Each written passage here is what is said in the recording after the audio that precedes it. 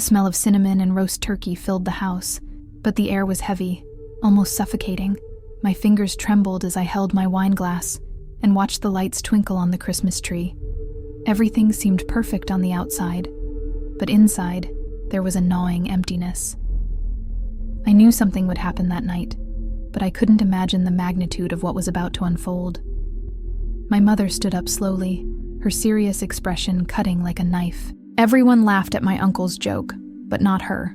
Her eyes were fixed on me, as if my every gesture were an unforgivable mistake. My heart was pounding, racing, as if it wanted to escape before another word could be said. The atmosphere was becoming unbearable, and then the moment came.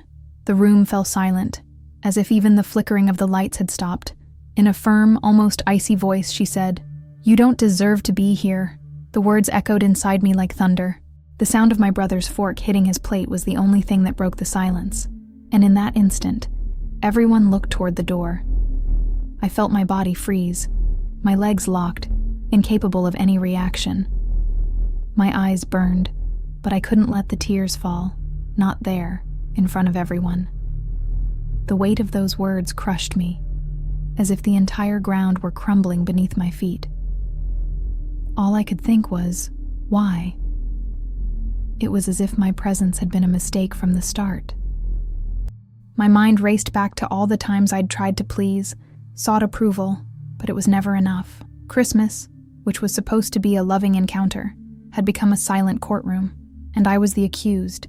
Deep down, something inside me knew that would be a Christmas I would never forget. But what I couldn't imagine was what would happen after that sentence. An invisible thread pulled at my destiny, and with every second, I got closer to a revelation that would change everything. My cousins whispered, avoiding looking directly at me, as if the embarrassment were contagious. My father cleared his throat, trying to hide his discomfort, but said nothing to defend me. His silence hurt more than my mother's words. It was as if everyone, somehow, agreed. My chest burned with indignation. Share this story to reach further. Subscribe to the channel. Share this video on WhatsApp and leave a comment telling me where you're listening from. I'll be very happy to read each comment. My breathing was ragged, and I could hear the blood pounding in my ears. The room felt smaller and smaller, suffocating, as if the walls were trying to crush me. My mother stood there, motionless, like a judge, waiting for my reaction, but I didn't have the strength to respond. My throat was dry, my voice was gone. I remembered so many past arguments, so many times she had belittled me in front of others, but this time was different. This time, there was an audience, witnesses to her judgment against me, and all their eyes pierced me like invisible blades. Embarrassment burned my skin. My eyes flicked to the door, the same one everyone had stared at when my mother had spoken those words. It was as if there was a collective expectation that I should leave, that my presence was a nuisance. But inside me, a flame was beginning to ignite. I couldn't simply obey. It was at that moment that I realized, either I accepted this role of rejection, or I decided to write my own story. My mother had started a silent war that night, and I knew I wouldn't leave without a fight, even if it was just within myself. With every second, the tension grew, and something much bigger was about to happen. The living room clock seemed to tick away every second with deafening violence. The ticking mingled with my racing heart, as if time were mocking me. My mother didn't look away, her cold eyes like sharp blades. No one dared say anything, and this only heightened the feeling that I was to blame. I wanted to scream, wanted to ask her why she hated me so much, but my voice just wouldn't come. My tongue felt tied, heavy, as if the silence itself had imprisoned me.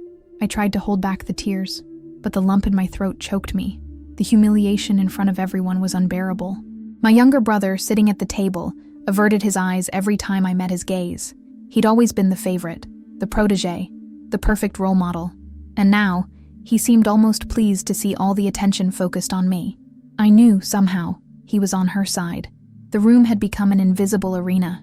Every glance was a judgment, every breath a silent verdict. Even the colorful lights on the Christmas tree seemed to mock me, blinking endlessly, as if celebrating my defeat. I felt alone among them all, but something was different that night. As much as fear gripped me, a new sensation was rising within me. It wasn't courage yet. It was anger, a silent, contained anger that grew with every unspoken word, and that anger would be the spark that would change everything. Deep down, I knew, If it wasn't that Christmas, it would never be again. That was the moment when I either accepted my place as an outcast or showed that I was ready to face even my own mother. And the decision was getting closer and closer. The tension in the room grew with each passing second, until someone finally tried to break the silence. My aunt, nervous, got up to get more wine, but her hand was shaking so badly she nearly dropped the bottle. It was obvious everyone was uncomfortable, but no one had the courage to confront my mother. My father, always so absent, ran his hand over his face as if too tired to engage. I stared at him, begging for some sign of support, but he looked away. It was as if I were invisible to him, as if my suffering didn't matter. That hurt more than any words. "Are you just going to stand there?" my mother whispered, barely moving her lips, but loud enough for everyone to hear. It hit me like an arrow. The message was clear. She wanted me gone. My mind began to wander back to old memories, the days when I'd tried to show off my good grades, when I'd asked for hugs and received only coldness. It was always the same feeling, never being enough, never living up to her love. But now, this public rejection was the final proof that nothing would change. The gazes of others suffocated me, as if they were all waiting for my decision. Leave or face, flee or stay. Each second felt like an eternity, and my breathing was so heavy I could hear it echoing within me. It was at that moment that I realized something. Life had pushed me against the wall. I was at a point of no return, and even though I was scared, something inside me began to scream silently. I wouldn't leave without fighting for my voice. My breath was coming in short gasps, but I finally managed to get the first words out. "Why?" I asked, my voice hoarse and shaky, but firm enough to be heard. The whole room seemed to hold its breath at that moment. My mother raised her eyebrows, surprised by the boldness, but didn't answer. Her silence was more painful than any direct attack. She just stared at me, as if my existence were a mistake that needed no explanation. I felt my whole body tremble, but anger wouldn't let me remain silent. Fear was beginning to transform into courage. "I have a right to be here," I continued, my voice booming despite the lump in my throat. A few relatives shifted uncomfortably in their seats, but no one dared interrupt me. It was as if everyone knew this moment had been in the making for years. My mother huffed, crossing her arms. Her silence held contempt, but her eyes betrayed fury. I'd never confronted her like that before, and it seemed to make her even more determined to destroy me. But this time, I wouldn't back down. Every word I spoke seemed to release a weight from within me, as if years of pain were being vomited into a single instant. I felt that, even if it ended in tears or expulsion, there was no going back.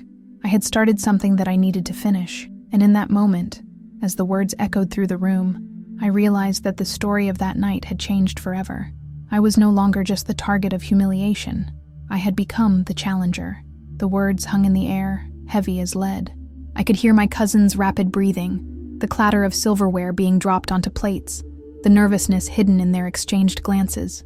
The entire house seemed to tremble under the weight of what had just happened. My mother finally leaned forward, her face hard and unforgiving. "You've always been a burden," she said, with a coldness that froze my heart. It pierced my soul like a knife. For a moment, I felt like my legs would give out, but instead of remaining silent, I felt a strange force rise within me. "Maybe the problem was never me," I replied, looking her directly in the eyes. A shock coursed through the room like electricity, and some even opened their mouths in disbelief. My father closed his eyes, as if he wanted to disappear. He knew there was no control over the situation anymore. The storm had begun, and nothing could stop it. I wasn't just responding. I was exposing old wounds, revealing the truth everyone had always avoided. My mother laughed, a short, bitter laugh, like someone who couldn't take being challenged. But deep inside, that laugh sounded like a signal that she'd already lost control. I'd touched on something she'd been trying to hide, and it was there, in that exact moment, that I realized the war had truly begun. What came next would be even more painful, but I was ready, because for the first time in my life, I was not willing to be silenced. The room was now a silent battlefield. All eyes were on us, as if witnessing a cruel spectacle they couldn't interrupt. My mother stood like an untouchable queen, but her expression was already cracking. I had hit the nail on the head. "You think you can talk to me like that?" she snapped, her voice rising for the first time that night. It was like each syllable was a whip against me, but unlike before, I didn't back down. I stared at her with a firmness even I hadn't recognized. The memory of years of rejection burned inside me. The times I cried alone in my room, the veiled humiliations at family gatherings, the whispers comparing me to my brother. It all came flooding back now, like a film flashing before my eyes. I just wanted to be seen. I just wanted to be loved, I said. My voice choked but firm. The whole room froze. For a moment, even my mother seemed to hesitate, as if she hadn't expected to hear that. Some relatives looked away, embarrassed. The silence that followed was louder than any scream. It was as if everyone was forced to face a truth they had always chosen to ignore. I wasn't just a target of criticism. I was the exposed wound in that family. And in that moment, I realized I had turned the mirror around. Everything they had tried to hide was now before them, reflected in me. And this revelation could no longer be erased. My mother tried to regain control. "You always dramatize everything. You always play the victim," she said, trying to minimize my words. But the strength in her voice was no longer the same. She was trembling, and everyone noticed. The mask was beginning to slip. My uncle, who had always remained silent, finally spoke up. "Maybe he's right," he said, low but audible enough to set the room ablaze. The shock was immediate. My mother glared at him furiously, as if the betrayal were more painful than my words. Suddenly, it was as if an invisible wall had crumbled. Other relatives began exchanging glances, murmuring among themselves. That secret hidden for years, the rejection, the favoritism, the silenced pain, was spilling out into the open. I felt my body tremble, but not from fear. It was from liberation. For the first time, I wasn't alone. For the first time, someone dared to support me, even if only timidly. This gave me the strength not to fall apart. My mother, however, refused to lose control. Her eyes burned with hatred, and her voice rose. "This isn't about you. It's about him, who was never the son he should have been." The accusation cut through the air like a blade, but contrary to what she expected, her words didn't break me. They simply exposed, once and for all, who she really was. And I knew. With each sentence she spoke, more people saw the truth I'd been carrying for years.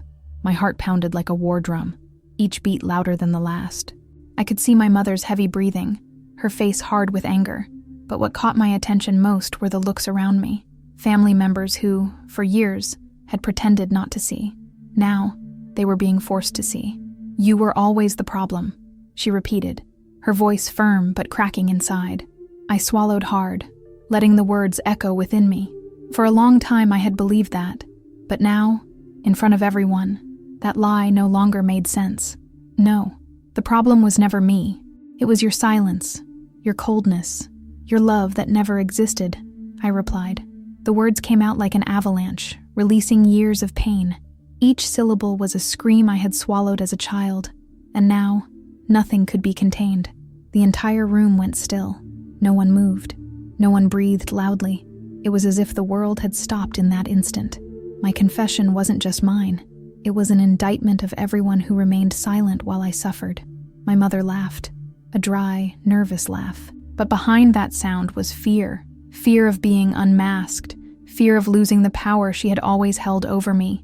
I could feel that fear in the air, thick, palpable. And in that moment, I realized I had finally broken the chain. What she feared most was happening. I was no longer her victim. I was her truth exposed, and she had nowhere left to run. My whole body trembled, but it wasn't from weakness. It was from liberation. I no longer felt the shame that had consumed me just minutes before. Now, every second was a victory. I was no longer bound by the paper she had written for me. "You have no idea how much you destroyed me," I said, my hands clenching into fists on the table. I could feel the strength of my own voice reverberating. It was as if I had finally found the sound of my soul.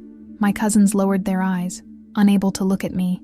My uncle, who had supported me earlier, was breathing deeply, as if he wanted to say more, but was prevented by the weight of the occasion. My father remained motionless, a living ghost, trapped in cowardly silence. My mother, however, was different. Her eyes were no longer just filled with anger. There was something else there, surprise, maybe even fear. She had never seen me this way. To her, I would always be the fragile, submissive son, but that version no longer existed. "I'm not leaving, not today, not from this house, because I deserve to be here, just as much as any of you," I declared. The words came out like a thunderclap, so loud they echoed throughout the room. No one dared interrupt me, and in that instant, something snapped. It wasn't just between my mother and me. It was throughout the entire family. The pact of silence, the cowardly complicity, everything crumbled before us. I wasn't the same anymore, and neither would they be. The atmosphere had become unbearable, as if every breath were sharp and every look a judgment. I could hear the sound of the wind beating against the windows, mixed with the crackle of the wood in the fireplace, but nothing could muffle the weight of my words. My mother, standing before me, looked like a wall about to crumble. Her mouth opened, but for a few seconds nothing came out, as if even she had lost her breath. When she finally spoke, her voice was shaky, filled with resentment. "You were always a mistake I tried to hide." Those words pierced the silence like a bullet, striking not only me but everyone present. Some relatives lowered their heads, unable to meet my gaze, as if complicit in a tragedy they'd always preferred to ignore. My throat burned, but I didn't let my body flinch. Not this time. I took a deep breath, my chest burning, and replied with a firmness that surprised even myself. Maybe the mistake wasn't me. The mistake was thinking you could erase me. Shock rippled through the room like a lightning bolt, and I could see my brother shrink back in his chair, his eyes wide. With every word, I spoke not just for myself, but for all the versions of my life that had been stifled in silence. The flame from the fireplace illuminated the faces around me, and it was as if that light exposed the truth everyone was trying to hide. I could feel my entire body vibrating, as if I were crossing an invisible line that separated me from the person I'd been up until that moment. My mother tried to maintain her composure, but her hand trembled slightly, betraying what her words tried to deny. "You'll regret this," she said, trying to regain the threatening tone she'd always used to control me. But in that moment, her voice no longer held power over me. For the first time, I felt no fear. I felt only freedom, as if I'd broken an invisible chain that had bound me since childhood. And it was there, in that exchange of words, that I understood. The climax of my life wasn't happening in silence, in a dark room like so many times before. It was happening in front of everyone, in the heart of Christmas Eve, with all eyes on me. I was no longer the fragile target. I was the voice she could never silence. The silence that followed my last words was unlike any other that night. It wasn't the silence of humiliation, nor the silence of fear. It was the heavy silence of truth, the one no one can deny, even if they try. My body felt light, almost floating, as if I'd shed tons of weight I'd carried for years. My uncle was the first to stand, slamming his hand down on the table. "Enough. This should never have happened. He's right." His voice broke the spell of omission that had hung over the family. Suddenly, others began to murmur in agreement, and I realized the truth was spreading like wildfire. The empire of silence my mother had built was beginning to crumble before everyone's eyes. My mother, stunned, looked around as if she couldn't believe she was losing control. Her eyes searched for support, but no one stood up to defend her. Even my father, cowardly as ever, remained motionless, but this time he didn't take his eyes off me. It was as if he had finally seen who I truly was. "You'll all regret this," she said, her voice louder now, but thick with desperation. It was an empty threat, a shadow of the power she once held over us all. And in that moment, I realized there was nothing more she could do. Her mask had fallen forever. I took a deep breath, and with a calm yet certain tone declared, "I will no longer live bound by your words. I will no longer accept the role you wrote for me. Today, I decide who I am." Those words weren't just an answer. They were the final sentence, the definitive break that sealed my fate. The air in the room seemed to shift, as if even the walls breathed a sigh of relief. It was the turning point, the point at which I ceased being the outcast and became the master of my own story. And even though the pain still lingered, I knew I would never be the same again. The room seemed to vibrate with a new energy, as if each word had opened doors that had been locked for decades. I could feel my entire body throbbing, not with fear, but with something I had never experienced, the taste of freedom. My mother still stood there, trying to maintain control, but her figure seemed smaller, as if the weight of what she had built was crumbling before everyone's eyes. I looked at the faces around me and realized something new. They weren't just witnesses. They were accomplices to the silence that had imprisoned me for years.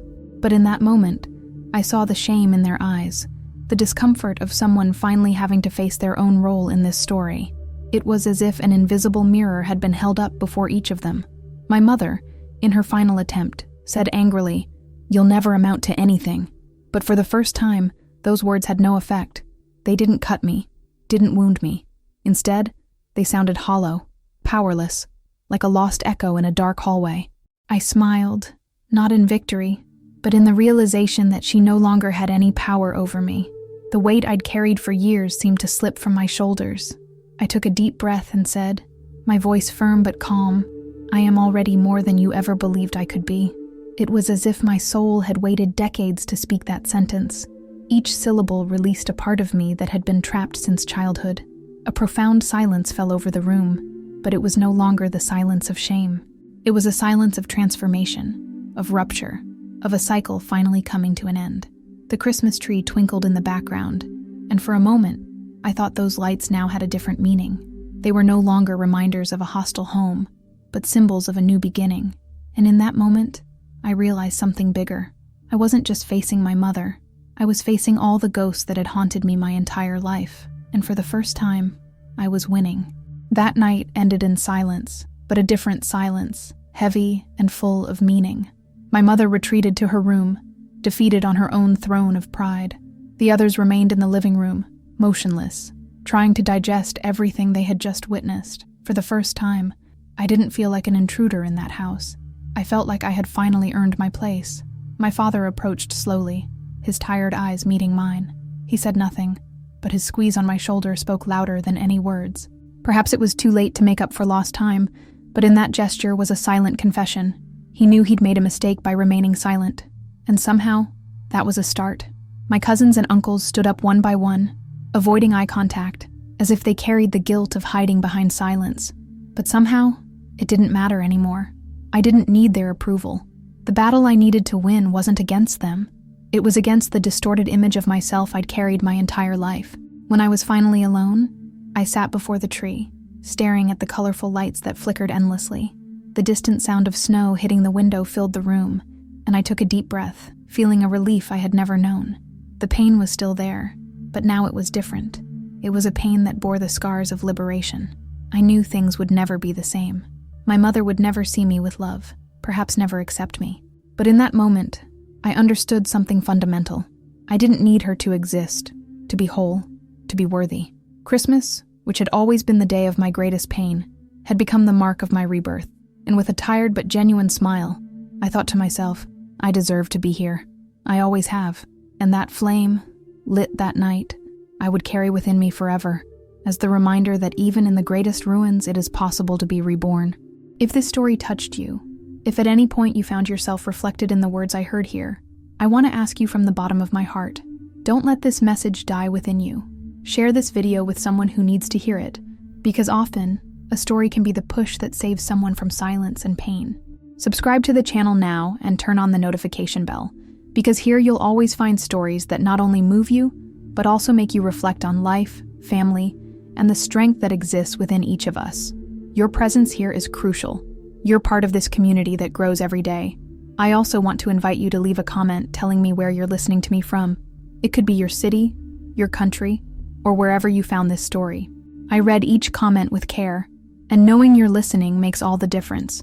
Your voice, your story, your place in the world matter too. And it doesn't stop there.